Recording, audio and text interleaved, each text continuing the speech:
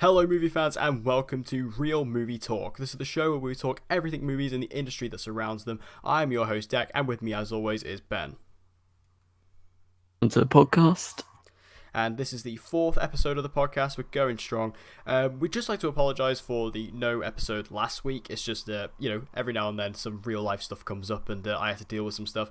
But other than that, we are now back, and we are back to review some awesome films, and we also have to discuss London Film Festival, which Ben has been attending over the past couple of weeks. So, got a pretty exciting episode coming up. So let's dive straight into the news.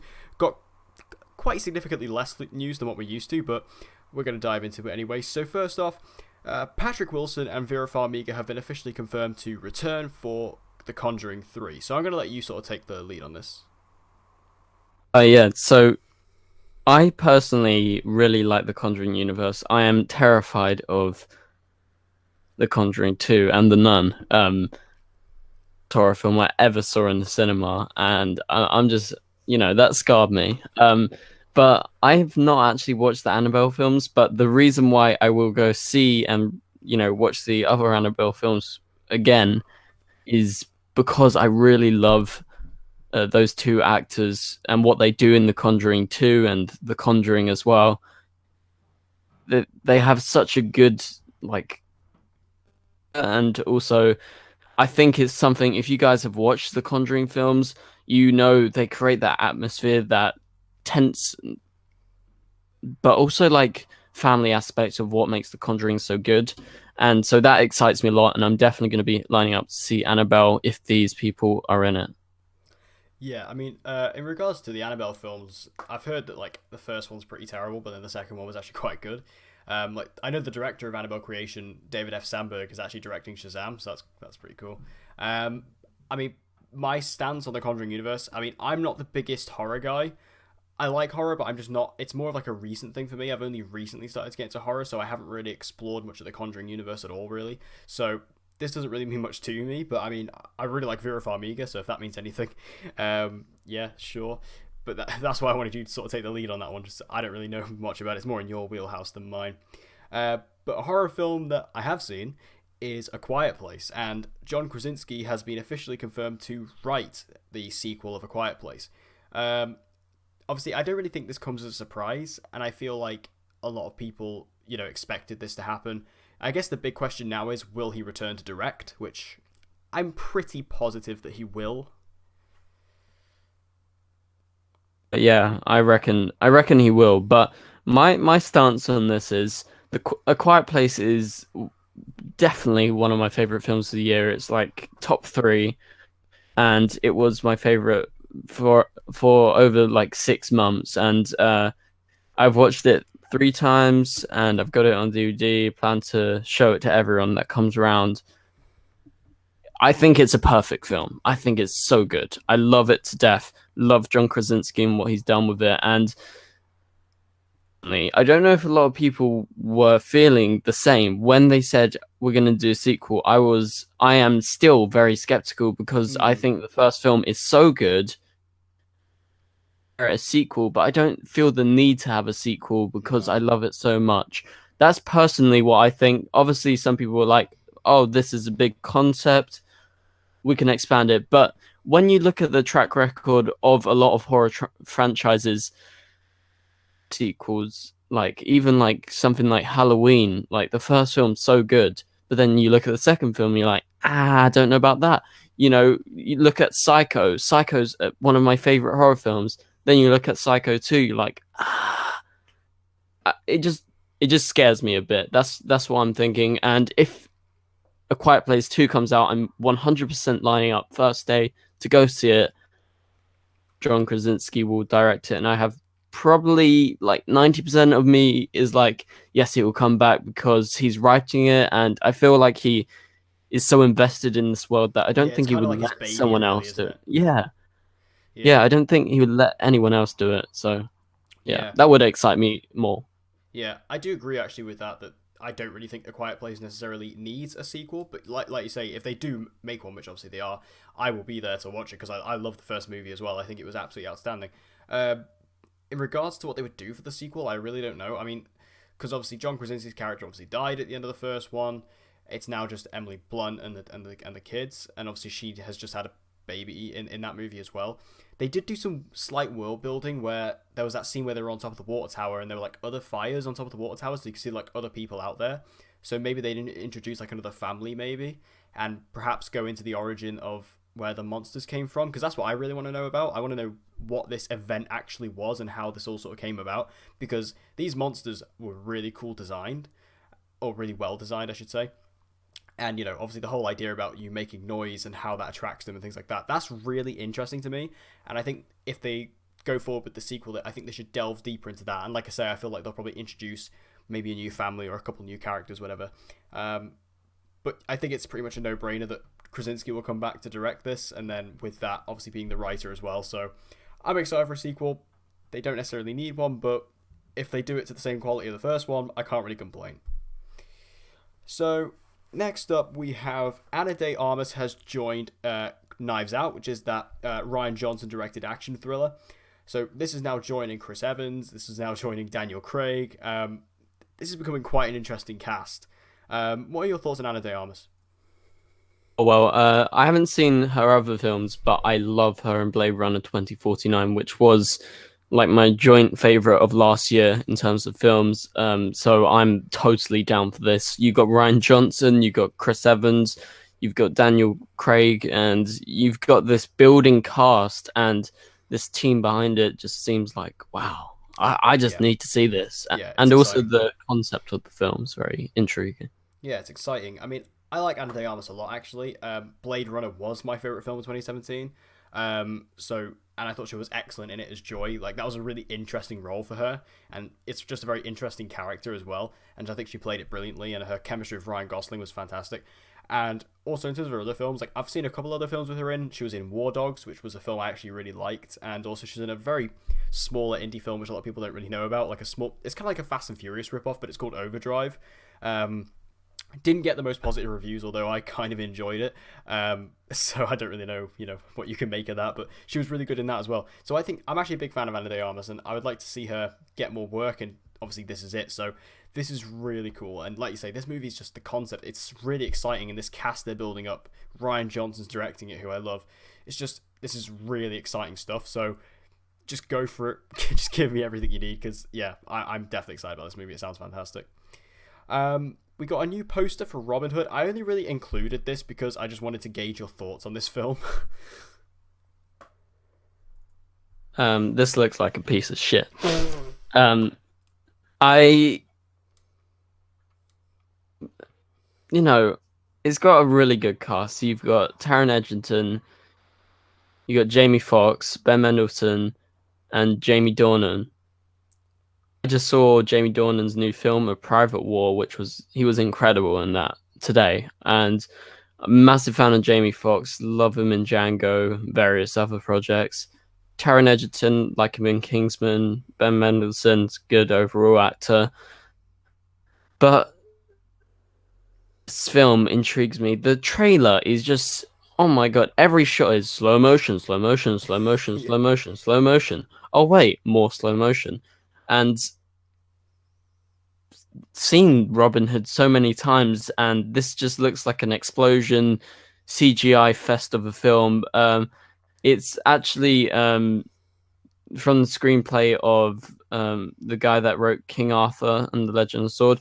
I actually really like that film, but the thing is with that film is it feels very similar to this. I feel like they've Yeah, got the that's same really CGI interesting you bring guys. that up, because yeah, they look like they could be in the same universe. Like they're really similar looking in terms of like their style, their like the filter, the tone. Like it's so similar to that film. Like when I first saw the very first trailer, I was like, that literally looks like King Arthur.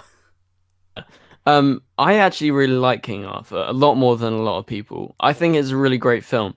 Apart from the CGI, which is just way over the top, I actually know the production designer of that film, and she was so disappointed when she saw the film because the CGI guys went crazy, and it feels like you could have had a really good film with this, but they've really overdone it, in my opinion. It just looks like, the CGI guys going absolutely crazy. Also, the poster, just very, very average. Does not excite me one bit more. I'm just not It's very a typical big excited. studio poster, in it. Really, it's just one of those things where you just like sort of slap a bunch of characters on the screen on the poster, almost similar to the Marvel posters, but not as well done. Um, I mean, I I don't know how to feel about this film because it doesn't look good, but then I feel like the cast is outstanding. Like I mean, I love Taron Egerton. Like Kingsman is some like Kingsman: The Secret Service is up there with like some of my favorite films. I love that movie. Sequel was good, but not as good as the first. And then like Jamie Foxx, I love in films like Ray and Collateral. It's got a really good cast, and even though the inner Arrow fanboy inside of me does look at this and go, this is probably the closest thing we will ever get to a Green Arrow movie. Other than that, this movie doesn't really have much for me. And like you say, like the slow motion is just ridiculous. It's just so overblown. And it kind of looks like, a typical action version of Robin Hood, which I don't really associate with that character. So it's a bit of an odd choice. And yeah, just the connection, in a sense, to that King Arthur movie is worrying because even though you like the movie, I thought it was okay. I thought it was alright. A bit on the weaker side for me, especially towards the end. But, there's just a lot of warning signs, a lot of red flags about this movie. And I think maybe we had a conversation about this. I'm not sure if this was on air or not, but about the behind the scenes stuff of this. Was this you I had this conversation with? I don't. No. It might have been I someone was else. talking. No, I think we mentioned Bohemian Rhapsody and the behind the scenes stuff together. It might have been. It might have been. Oh no, it was somebody else. Yeah. But apparently there have been some behind the scenes issues with this. And a lot of behind the scenes conflict. It hasn't really been public, but I know somebody who knows people behind the scenes and was saying there were some conflict there. So that's a bit worrying as well. Because Also, obviously conflict of interest can be a bad thing for a film. conflicts. Dropping this right here. There's a lot of conflict behind the new Spider-Man film. Just saying. What, Far From Home? Why? Go on. You can't just drop that and then not develop on it. Hey, You can't just drop a bombshell like that and not explain yourself. I can't say. Oh wow. Well, everybody could just go tweet Ben and harass him, including me, because now I'm too intrigued. Uh, but anyway, that is a kind of nice segue because we're going to go start talking about some Marvel stuff and some more Marvel production issues. Guardians of the Galaxy 3 won't be starting production until 2021, according to a recent report. So, obviously, we knew Guardians 3 had been put on hold ever since James Gunn was fired from the project, who coincidentally has now gone over to work on Suicide Squad 2 over at DC, which is just a massive middle finger to Marvel. But, I mean, this is kind of worrying because obviously I think this movie was originally aimed to come out in 2020, but I think it was actually aiming for a 2020 release date, and now it's not going to start until 2021. That's quite drastic. But I feel like maybe they are really trying to focus on getting the right person to direct it. I know like the shortlist was revealed. I'm not sure if that was public or not, because I didn't actually see any names floating around specifically. But I really feel like names. do you know who any of them are? Someone said they were mainly mentioned a lot of TV directors who directed Jessica Jones. Those two of those were on the short list, but also one that I found very funny was they said Jane Campion would do it, and if you know Jane Campion and her films, she would not direct a superhero film. She directed the piano thing, and that is never happening. I'm just saying. It's so like it's such a shame, obviously, this whole situation, because James Gunn is obviously, this is his kind of child as well. Like we were talking about Krasinski and A Quiet Place. This is kind of like James Gunn's baby, and it really is like his mind. And he did so much when it came to coming up with the cosmic side of the MCU. It's just, you're never going to find someone who is going to be dead on with this. I feel like this film is going to feel different no matter what, and I don't know what Marvel are going to do. I've heard that a lot of female directors are being targeted. Like, obviously, all the people you said there are female directors. I'm not a fan of the Jessica Jones idea either, because one, that's an entirely different tone, completely, and two, quite frankly, if these are people who are coming off of Jessica Jones season 2, Jessica Jones season 2 wasn't that good. So with that, I don't think that's a good idea. I don't know who I'd get to direct Guardians 3, because like I said, it's so distinctly James Gunn. I don't know how they're going to be able to replicate that, or they're just not going to try at all. I'm quite worried about this movie now. I don't quite know what they're gonna do with it, how they're gonna, go about it. But I just feel like they need to wrap up this trilogy because obviously that's how Marvel tends to work with things. So as long as we can get this movie done, I mean, even if you need to get Taika Waititi to do it, then do it. But I really don't think that's a good choice either. But it's probably the best option we've got right now. But I don't know. I'm a bit worried about this. Yeah. Uh, yeah, I'm sort of on edge because I didn't like Guardians of the Galaxy number 2, like barely. I really didn't like it. Yeah, But I it really was like the okay, first but it wasn't like a touch on the first, really. one. So I do want this third one to happen. But without James Gunn, I'm like, I don't know. Maybe just leave it, or bring these characters into the Avengers films. I don't know. With all the production issues, things like that, I'm sort of like, if it comes out, is there going to be like massive backlash? Are people actually going to like the film, or are they going to just think, oh, James Gunn got fired, whatever? I just feel like it's destined to fall. But also, I got a recommendation for the director. I would choose the director of Mandy, the new film from Nicolas Cage, Hmm. and the director's Panos Cosmatos, and he would fit it a lot. Like, I could see that happening. It would be great if he did it. Hmm. Relatively unknown. Yeah, that would be quite interesting. Um, yeah, I am quite worried about this film now. I mean, maybe they should just leave them all dead after the snap and not bring him back. I mean, they're in the prime position to do it right now, so just do that. No, they need to give these characters a satisfying ending because they are great characters. It's just what they do with this film, who they get to direct it. It's just going to be interesting because they're not doing James Gunn's script, are they? I think they said, or are they? I don't remember what they said. I think they're using the script. See, I think that's even more of a middle finger. The fact that we're not going to use the direct, but we'll still use your script that you've already worked on, that we're probably not even going to pay you for. So yeah. Anyway, let's move on to some more Marvel news. This is actually TV news, but I kind of wanted to throw this in because I get very angry about this, and I haven't really had the opportunity to talk about this. So last week, Netflix went ahead and cancelled Iron Fist on its show, and it's not going to be getting a third season, which I was very upset about. I'm a big fan of the Marvel Netflix shows overall. It's the main reason I subscribe to Netflix is for those shows. And Iron Fist, even though Iron Fist, season 1 wasn't that well received at all, I thought it was alright. Like, I didn't hate it like most people did, but I loved season 2. I mean, loved season 2. I thought season 2 was absolutely fantastic, and the way they ended it got me so hyped for season 3. And then they just went ahead and cancelled it. And then this week, literally yesterday morning, I woke up to the news on Twitter that Luke Cage had also been cancelled for season 3. And this infuriates me to the core because, again, Luke Cage season 2 I thought was great. And it ended in a way that set up a really interesting season 3.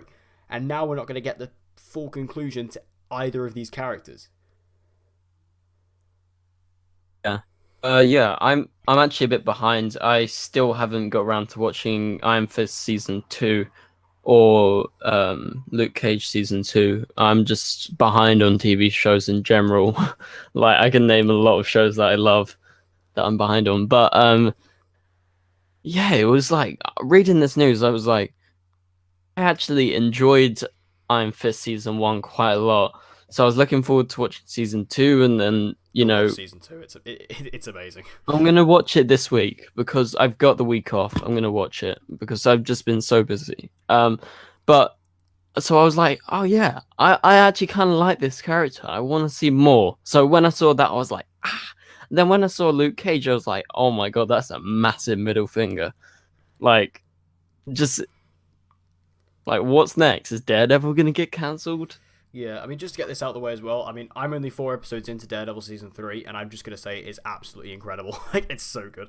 But anyway, this is really infuriating to me because it wouldn't be so bad if they ended both the seasons with a closed arc, but they don't. They leave it completely open because, again, they're setting up for a good season 3. Like, I won't spoil it here just because I know you haven't seen it and some other people might not have. I mean, Iron Fist is fairly recent. But they just end them in such a way that was so intriguing, especially Iron Fist. Like, I think Iron Fist, especially because Iron Fist just improved because like season 2 was so good and it really set itself because they got a new showrunner. Scott Buck was gone. They were like, right, we've got someone who actually loves the Iron Fist character and has done something really good with it. Because season 2 is what season 1 should have been, and it's just they had such a great opportunity to carry on this story, especially where they end with Danny's story was really interesting, and Colleen is just such a brilliant character in her own right. So, I mean, obviously Iron Fist, I imagine the ratings for season 2 weren't great. Now, Netflix typically don't tend to just end or cancel their shows because it's just not what they do. Unless it's just absolutely terrible, the ratings are bad season after season, they may do it. But because Iron Fist, especially in season 2, had just gotten good and the ratings were probably okay, it's hard to tell with Netflix because they don't actually release their ratings like a typical network would do. It's difficult to tell, but I don't really see why they would cancel Iron Fist. It doesn't really make sense, and there is no reason and no motivation for them whatsoever to cancel season 3 of Luke Cage. Now, what they've said about Luke Cage is that there was conflict behind the scenes. They didn't quite know creatively what to do with the character with different writers, and that they were kind of debating with Marvel whether to do 10 episodes like Iron Fist season 2 or stick with 13. Now, that's what they've said. But these things, I believe, can be worked out. And I don't feel it's necessarily a reason just to cancel the show. Because how long have these conflicts been going on? Because season 2 was only a few months ago. How long has this been going on? Now, after they cancelled Iron Fist, I feel like Marvel, and I know I'm just sort of going off on one here, but I need to. After they cancelled Iron Fist, I believe Marvel and Netflix were just like, okay, let's just cancel Luke Cage as well. Because they must, and I mean they must, have Heroes for Hire in mind at this point. Surely. Because why would you cancel Luke Cage out of the blue when after Iron Fist? It just doesn't make any sense. And I feel like they must have Heroes for Hire just in the brain. And in my opinion, they have to do it in order to make this up for me. Like, it's really infuriating. Yeah, maybe they actually do have that. Maybe they're gonna introduce a new TV show with them combined rather than two different ones. Because especially there's just so much potential. Because even them two together, like them two in The Defenders was really good. That one episode of season 2 where Danny Rand shows up is probably the best episode of Luke Cage season 2. So there's so much potential there for a Heroes for Hire show. And even so, you could take Misty Knight from Luke Cage and take Colleen Wing from Iron Fist, do the Daughters of the Dragon at the same time. You could just stick them in the same show. And there you go, sorted. We've got an amazing show there. Because, again, they really set up Daughters of the Dragon in Iron Fist Season 2 as well, because Misty Knight is a pretty big part of that. She comes in like episode 5 and is in every episode after that. So they do a lot of good stuff there. So I really feel like if Netflix want to make this up to me, they really are going to have to do Heroes for Hire here, because, you know, I don't necessarily mind these two shows being cancelled if we get that, but if we don't get Heroes for Hire, this is a complete waste. And I feel like, again, the fact we're not going to get a satisfying conclusion to these stories is really annoying. And even like the side characters, like for example Ward Meacham, I absolutely love, and again, where they end on him is really interesting. Never going to get that wrapped up now. It's so annoying. And I know I just went on a massive rant, but I've needed to do that all week, so I guess this was my platform. But yeah, I'm very upset about this. Very, very upset. Oh yeah, also they might be moving them to the Disney streaming service maybe, if Disney lets them. So we'll have to see how that goes. But please just give me Heroes for Hire, please. Right. So final piece of news, and this was actually a trailer, and I don't know if you've seen this trailer, but it'd be called The Kid Who Would Be King. Yeah, I saw the trailer. I'm excited, but I'm not like super excited. The only reason I'm excited really is due to the director of the film actually really like. I like one of his past films. His name's Joe Cornish, and he directed Attack on the Block. Yeah. And I love that film. I think it's amazing. So I'm a massive admirer of that film, and that fun fact that has Jodie Whittaker in it from Doctor Who. And also it was the breakout role for John Boyega, and also it has Franz Drama from Legends of Tomorrow. So that's cool as well. Great cast. Yeah, so I'm a big fan of him. So of course I'm looking forward to this new. The trailer looks good, but it didn't like intrigue me so much. But also it has Rebecca Ferguson, who I really like her. I think she's done some great stuff. She's a great actor. And Patrick Stewart, so you know that excites me as well. Yeah, I mean, I'm really excited about this just because, again, I absolutely love Attack the Block. I think that film is fantastic. Really kind of for the same reason I like Kingsman, in the sense it's just like it's a really British film, like just British through and through. And yeah, Jodie Whittaker's amazing in that. Obviously if you're watching the new season of Doctor Who, which I am, and obviously I know you are as well, Ben. You know, I saw that, and when I heard she was cast as the new Doctor, I was like, that's brilliant. And yeah, John Boyega's breakout role, he's great. So just based on that alone, just based on Attack the Block, I was interested in this. And what I like about this is it kind of takes a similar concept to Attack the Block, in the sense that, Attack the Block was a very grounded British version of an alien invasion film. Incredibly low budget, but really well handled in that sense. Whereas this is like a really grounded take on the King Arthur story. So with that same idea in mind, I think this is just a brilliant concept. So I can't wait to see how they execute it. And I think it looks great as well. So yeah, I mean, this isn't like a massive film. This isn't going to make waves. I mean, Attack the Block never did. Attack the Block kind of became a bit more of a cult classic as time went on. But this is really got my attention. So, Joe Cornish, I just need you to take this and definitely just deliver a really good film here, and I think you will. So, we will now move on to our reviews, and we've got a couple of big ones that we were both pretty excited about for this year. And I want to start off with Bad Times at the El Royale. So, what are your sort of thoughts on this? Wow, I love this film. This is one of my favorites of the year. It's actually, I think, is third on my list out of the 55 or so films I watched in the year. I absolutely adore this film. I think it's so cleverly crafted. Every scene in this entire film, like, you can throw away none of it, and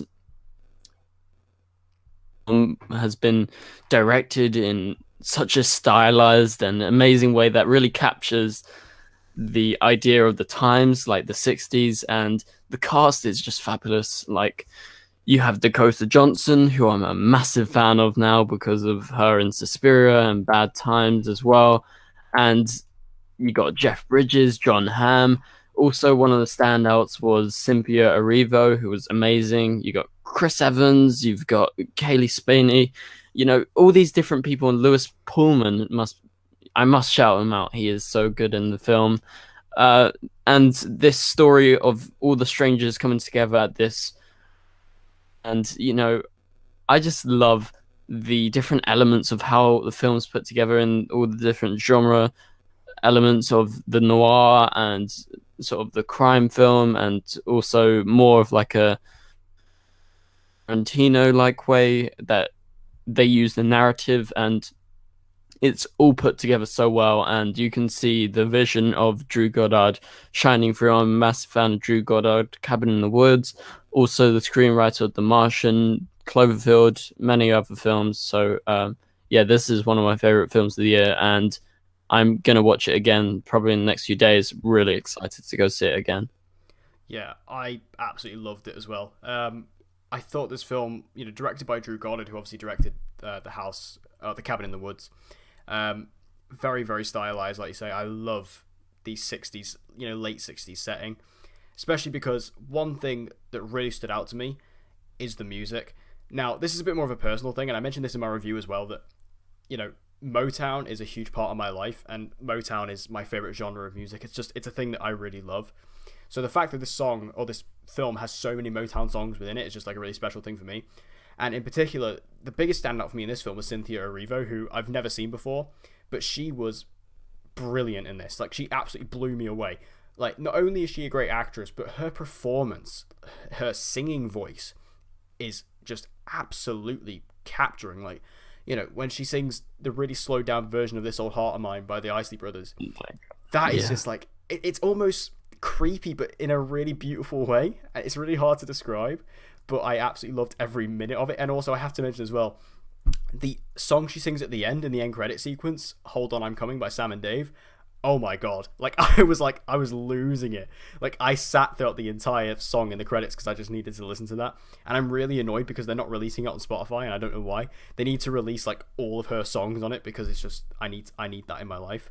But also, I think Lewis Pullman was the other big standout for me. Again, haven't really seen him before, but he was really cool. He was like really like nervous and really shaky, which was a cool way to play it. And when you get like the backstory on his character revealed, I just didn't see that coming at all, and I was like, wow, okay, that explains a lot. It was just like, it was really interesting in that sense. Everybody plays a lot. Everyone kind of plays against type for the most part. Like even Chris Hemsworth, who kind of comes in as this cult leader, you know, he's not as big of a part of the film as you probably think he would be, but he comes in and he absolutely just steals the movie when he comes in as well at the end.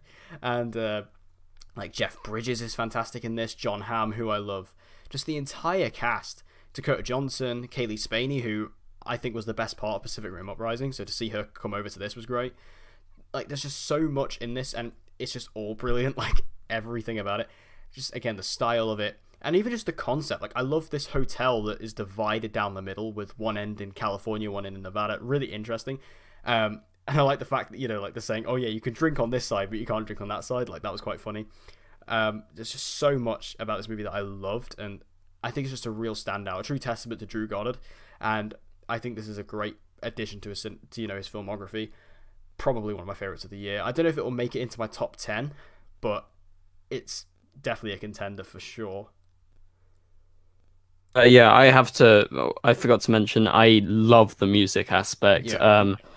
I'm obsessed with This Old Heart of Mine. I've been listening to it for months now, and yeah, like you said, like you said, you are a massive fan of it. I'm a massive fan of 60s music. My film that I'm making right now, that I'm making in real life, is a 60s film that's going to use some of this similar music, which really excites me. And you know, it well that it's like sort of like Baby Driver, where it like drives the story, or like Tarantino, how he uses music in like Jackie Brown or Pulp Fiction, various things like that, how it triggers these new moments. And I thought it was put together so well. Also, one of my favorite scenes of the film was actually outside of the hotel, and was when we did the flashback. This is a spoiler to Cynthia Erivo's character when they go back Yes. see her in Yeah. the Yeah. recording studio. I was just tapping away. I was Yeah. like, yes, yes, yes. This is so good. It reminded me of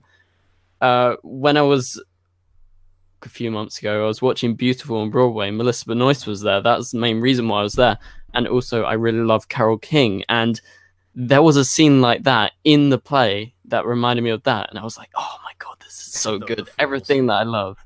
Yeah, that scene I really loved as well. Just like, you know, hearing the combined voices was really powerful, because I actually, you know, bit of a personal insight. You know, I said how much I love Motown. I recently went to see Motown the musical, in London, and it was just like, it reminded me of that. You know, just How's that? it's incredible. Like I was sat there absolutely bewildered by the entire thing.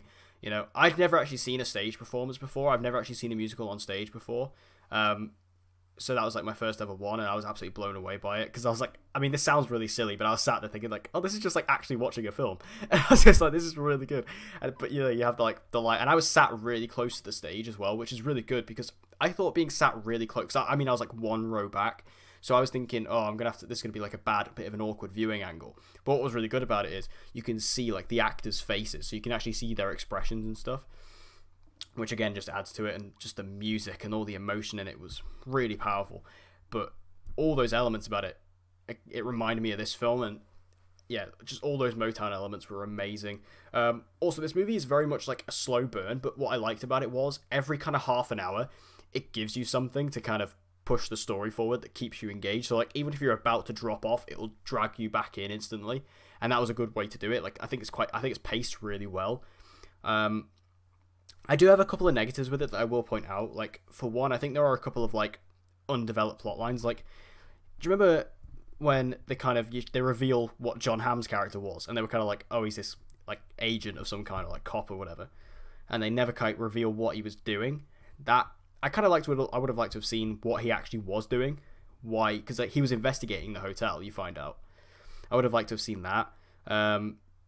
And there's a couple others like that as well. So it's just that did annoy me a little bit. And also the you know, you were mentioning how sort of inspired this was by Tarantino. Very much inspired by Tarantino. I think, like, you know, if you've seen The Hateful Eight, this movie's pretty similar. Not entirely similar, but you know, it's in terms of concept, it's very, very similar. But I didn't even want to talk about negatives though, because this movie's just fantastic overall, and I loved it. And yeah, probably one of my favorites. So Quickly adding on with like the Tarantino stuff. I feel like people were taking it too literally. They are comparing it, saying, "Oh, look, Drew Goddard has made a Tarantino film," and personally, I think it's kind of there is comparisons. You know, the narrative style, maybe the stylized nature, how they use music, things like that. But this is a noir film. Tarantino doesn't do noirs. It is very, very similar in some aspects, but it's different. And I think on the outside is fine, but if you were to say he is making a Tarantino film, which I saw a lot of film critics online were saying, I think that's totally wrong because this is Drew Goddard showing his sort of voice as a director and how he can make a film that perhaps is similar on the outside when you look at it, film in style, but is very different and it really works. So yeah, that's just like my little ranty bit. I mean, I do I do see where people are coming from with the whole kind of Tarantino thing. I think, but as you mentioned, this film is a noir, which is very different because, again, it's a lot more subtle and kind of quiet about the whole thing, which obviously Tarantino is not. The one thing Tarantino is not is quiet. But yeah, overall, I think this movie is outstanding. I think it's one of the best of the year. It's a really unique film for the rest of the year. I mean, like, in terms of the overall landscape of the year, it's very different. Kind of, especially because this movie kind of came out, around the same time as, Venom and things like that. It was really nice to get away from that to get to this. So, yeah, I think it's fantastic. So, now we'll move on to our other review for this week, which is the highly anticipated Damien Chazelle film, First Man. Thoughts? I was blown away by First Man. I'm a massive Damien Chazelle fan. I love La La Land to the death, and I love Whiplash. And this film is incredibly directed. He is up for that director nomination. For sure. This is an amazing film to do subtle than a lot of other space films, and this is really not about space in general. It's about the person and the family and how the toll of what it takes, and you really feel that. And especially when you're with Claire Foy and the various other people surrounding them and you see like some really shocking stuff. There is one extremely shocking scene, you're like, whoa. And this film is brought to life by these excellent performances from Ryan Gosling, which is a very subtle performance, but I still don't agree with a lot of people. I think he's definitely needing of that nomination. Even though it's subtle, it's still not that subtle that you can just overlook it. It's not to be overlooked. And Claire Foy is excellent, and the ensemble cast around just support them. But I mainly gravitate to it from the directing standpoint and the way that the visual effects and the cinematography is beautiful. The way it presents itself to you is totally different from anything I've seen before, with the extreme shakiness, like nothing is still, especially when you're inside the cockpit of the rocket. You feel like you're there, literally, and it's so immersive and brought together in such a brilliant way that it's just one of my favorite films of the year. It's actually my second favorite film of the year. Yeah. What do you think? Yeah, funnily enough, it's actually my second favorite as well. My favorite is A Star Is Born, just for reference. I adore this movie. Similarly to you, I'm a huge Damien Chazelle fan. Whiplash is my favorite film of his. I think it's so brutal and visceral, and then La La Land is just magical. This film takes a lot more of a grounded route, but obviously suitably so. I think that this film is so well directed. Like, I think this is Damien Chazelle's probably best directed film, because like you mentioned earlier, this film is mostly filmed with handheld cameras, which is a really interesting choice, but it's really supremely effective when you are inside those shuttles. Like the Gemini test flight. Oh my good god. When you are inside that ship and it's just shaking all over the place, it's just like, I felt physically sick. Like, and not in a bad way, in a brilliant way. I felt actually dizzy coming out of that scene, and my body and my eyes, they never quite adjusted for the rest of the film, which I love. I think that's amazing. The fact that this direction was able to have that effect on my body, I think was absolutely insane, and such a testament to his skill as a director. Like, those scenes are so good, and I love the fact that the only time this movie breaks that handheld tradition is when it lands on the moon, because that scene is such a brilliant payoff. Such a, like, because this film's quite long, so when you get to that payoff, it's like so rewarding. And that scene was actually filmed with IMAX cameras, so if you actually see this movie in IMAX, which I did, it's just like even better. And you know, the way it just kind of goes around, and the quietness of it, the silence of it, is so beautifully done. And obviously it does lead into that scene where Ryan Gosling, you know, puts his daughter's, like, you know, keychain into the crater. Whether that's true or not is we have to wait and see. I actually researched this, so apparently, because a lot of people are wondering about this, according to his family, there was a moment recorded where Neil went off and had a private moment on the moon, and his family said that is likely what he had done. So there's no actual physical evidence that this happened, but that's what his family and his wife said. That's likely what he did. But either way, it's such a beautiful moment, you know, to kind of cap off the movie. Not cap off the movie entirely, but, you know, it is towards the end. And that entire scene, especially that, mix that with the music. Oh my, like, just wow. Especially the music is super effective to that scene where the lander's coming in to actually land on the moon. Like, the powerfulness, you know, the power of that music just emphasizes what a big moment this was. And yeah, I mean, the cast overall, Ryan Gosling, maybe one of my favorite performances from him. Yes, it is very subtle, it is very quiet, it's very understated, but I don't think that's a bad thing at all. I mean, you know, one thing I brought up is that you have to look into his eyes a lot in this movie. His eyes do so much of the work. Like, there's so much emotion, there's so much going on behind those eyes that while he may not express his emotion in his face necessarily, in his eyes there's so much going on there. And I feel like you need to pay attention to that, because there is so much, you know, subtle acting going on with Ryan Gosling. I mean, Ryan Gosling's a really quiet actor anyway, but when you see him here, like, it's just taken to a whole nother level, and I think it's, you know, it transcends beyond what it actually is supposed to be, because it's brilliant. And Claire Foy, who, you know, is just getting better and better the more I see her. You know, I mean, she's been great anyway, but then you see her in like a movie like Breathe with Andrew Garfield last year. This movie, she's got The Girl in the Spider's Web next month. Like, she just gets better and better and better. And like, there's so much in this movie for her to take on, and she has a lot of great emotional scenes, because she's like a really good foil to Ryan Gosling in this film, because like, he's really quiet and subdued, and she's a bit more loud and a bit more abrasive about the entire thing, which is fantastic as well. Yeah, this movie is just absolutely outstanding. I think it might be, I mean, personally, it's my least favorite Damien Chazelle film, but that's not saying it's bad in any way. I think it's still outstanding no matter what. And this is my second favorite film of the year, just under A Star Is Born. It came so close. I couldn't recommend this movie enough. It's just outstanding. Yeah, in terms of my rankings, it's my second favorite one. La La Land's my favorite, then First Man, then Whiplash. But they're all Whiplash excellent. isn't your favorite because Melissa Benoist is in it. No, they're all like nearly as good as each other. They're all like top-notch films. I love this film so much, and I want to see it again very soon. Hopefully, I can. Yeah, it's I mean, even like, I mean, because I go to the cinema with my dad. Like, I say this a lot. Like, me and my dad, we always go together, and like, rarely does he like truly get affected by a film. Like, the last time that I've really seen him like this about a film was Hacksaw Ridge. Like, he like adores that film, which, I mean, I do too. It's amazing. But he came out of this film like really impacted by it. So if a film manages to make my dad impacted, then I know it's good. And even he was like, "Oh yeah, we need to watch this again." And I was like, "Okay, just give me like a week or two, because my body needs to recover." Like, honestly, when I came home after watching this movie, I literally went straight to bed for a lie down, like, because my body was just like so not used to that kind of feeling. But it was insane for that.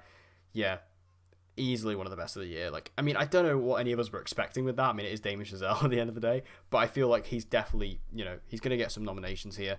And I think thing as well. Yeah, for director. And also, one thing I also want to bring up as well, I think this film might get a lot with sound mixing as well. Like, there was a lot of really fantastic sound editing and sound mixing. And visual effects. Surely visual effects. And visual effects as well, especially that scene at the moon scene. Oh my good god. But anyway, there is First Man. I mean, this was a great sort of release week. So, yeah, two fantastic films that, you know, we both loved. So make sure you check out both of these, and make sure you let us know your thoughts on these movies if you've seen them. And yeah, we'll leave that there. So before we go, I just want to mention that Ben did attend London Film Festival, BFI Film Festival. So do you just want to sort of talk about what you've seen? So I've basically seen like most of the Oscar contenders. I don't know, you could say that, or it depends on who you are and what your taste is. But these films were excellent, like all around the board. I only saw one film that I didn't really like, and then most of them were like 5-star films. Uh, I will quickly go through like my list and rankings of what I saw. Um, so my favorite film of the festival, which I saw twice, was Suspiria, and that's my favorite film of the entire year. It is so good. It is beyond my mind, and I'm excited to watch this film about 10 times in the cinema. I'm not even lying. I'm going to go as much as I can. This may be oblivious to me, but what is Suspiria actually about? Because I don't actually know.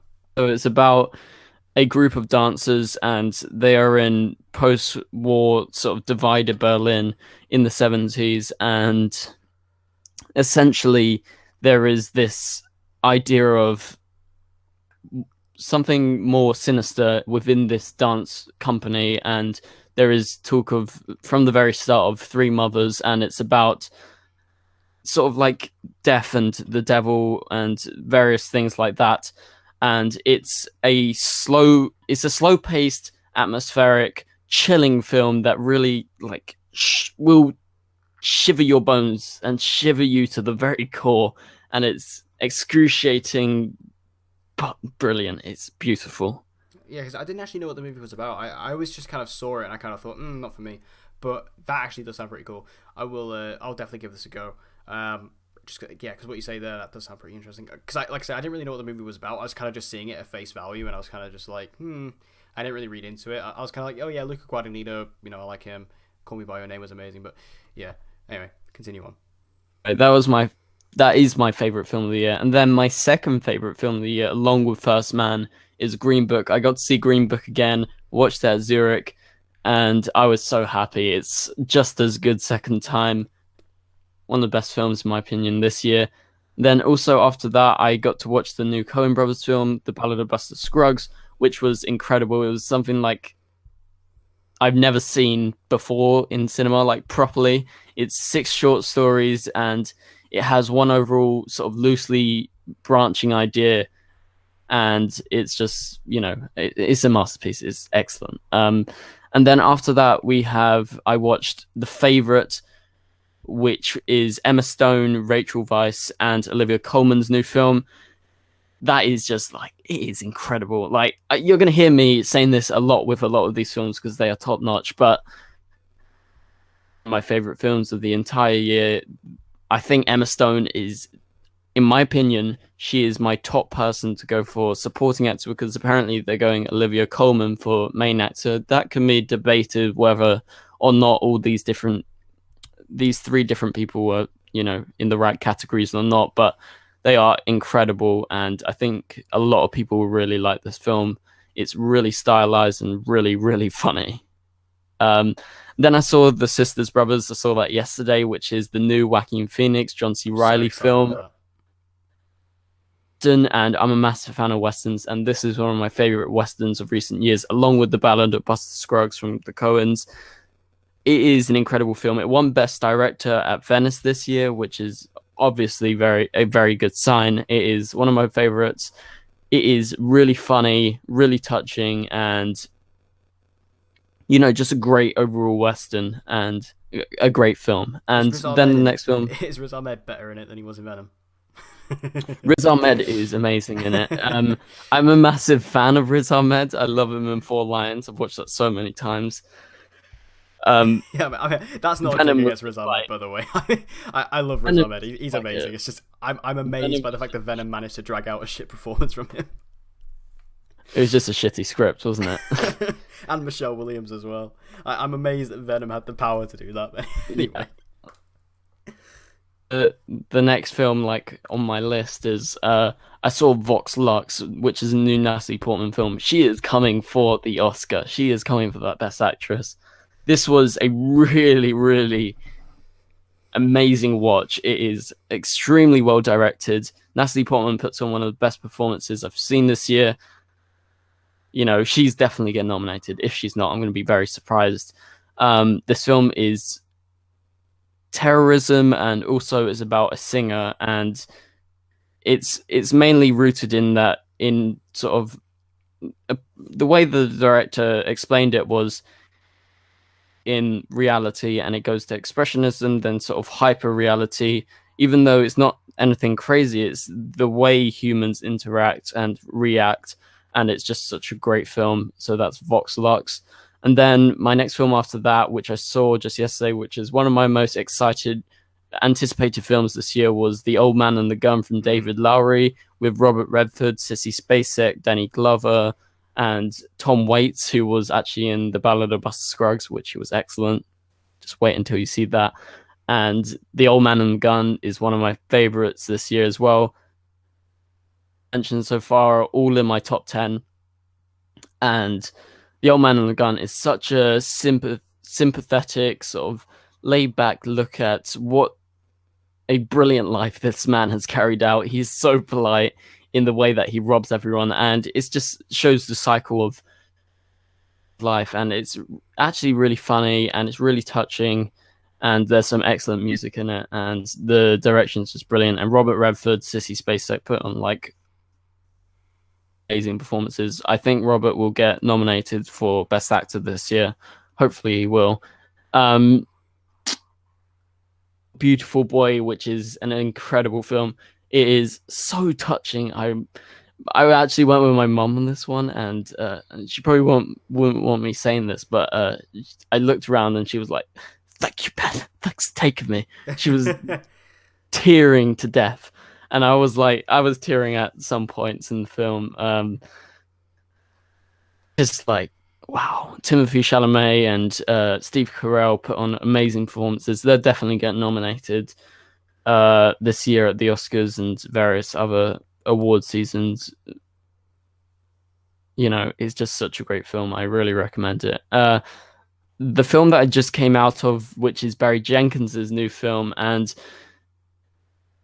Street Could Talk, is an incredible film. The direction is just stunning, and he's definitely getting nominated again for director. You know, it's going to be the Chazelle battle going on again with him and Barry Jenkins. I think he has a good chance. Up again just for shits and giggles. Yeah, I think he has a good chance because this film is a really, really moving and example of what great cinema is like. And then I saw Colette, which was the new Keira Knightley film. Keira Knightley's really, really good. This film is excellent.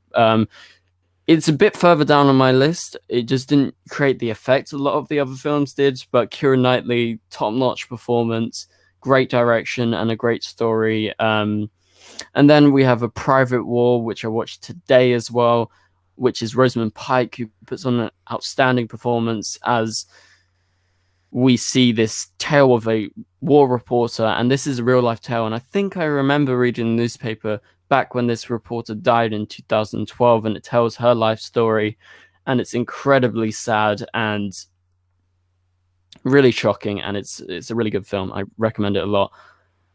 And then we got two more films that I saw, and that was The Front Runner from Hugh Jackman.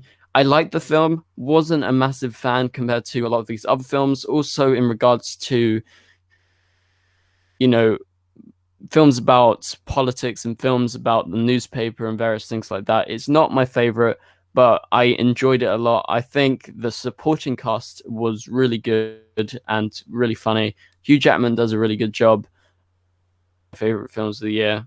And then as we move down to my last one, this is Mandy, the Nicolas Cage film. This is the one film I wasn't so sure on in the festival. I give it like a 3 stars out of 5. It's an amazingly directed film. The visuals are absolutely stunning. The concept's amazing, but it's a Nicolas Cage film when it comes down to it.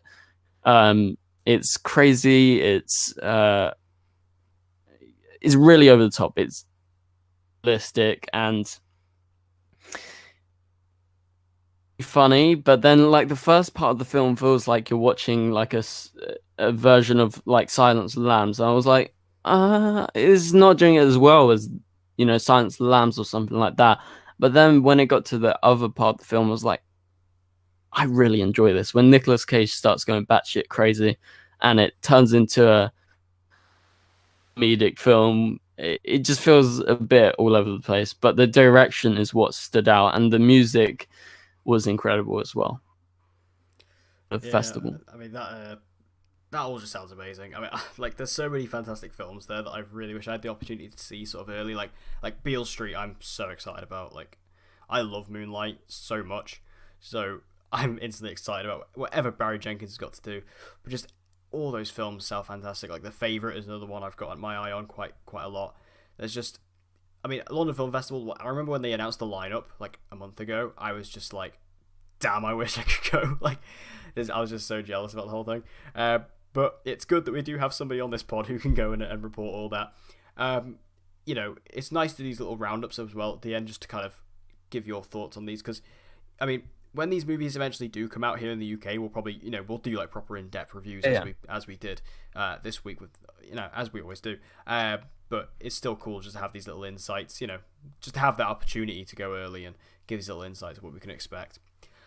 But anyway, that wraps it up for this week's episode of Real Movie Talk. If you guys enjoyed this episode, please make sure to share it around to other movie fans that you know, and make sure you share Real Movie Talk with them. And we hope to see you guys again next week. I don't quite know what's out next week. What will we be up to? What's on the top of your head? In terms of films, there's Halloween, if you can Yeah, see that. yeah, Halloween.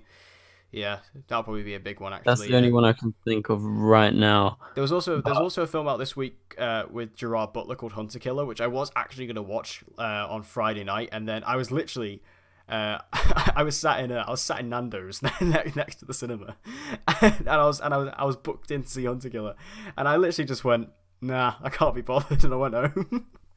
I just can't be doing with Gerard Butler movies anymore. I couldn't give two shits about it. Like, honestly, it looks terrible, and like, I mean, very rarely do I do that. Like, very rarely will I'll just be like, oh no, I can't be bothered. But I actually did. I was just like, I can't be doing with Gerard Butler movies anymore. I like Gerard Butler, but it's just like every movie he does is just terrible, so I can't be bothered anymore. So we'll probably skip that. Also, actually, tomorrow night I'm watching The Hate U Give. Or if it's not tomorrow night, it'll be some point earlier on in the week. I'll be seeing it before next episode anyway.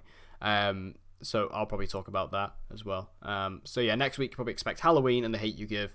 So that's a pretty cool lineup as well. So with all that said, thank you guys for listening. We hope you enjoyed this episode, and we hope to see you guys again next week.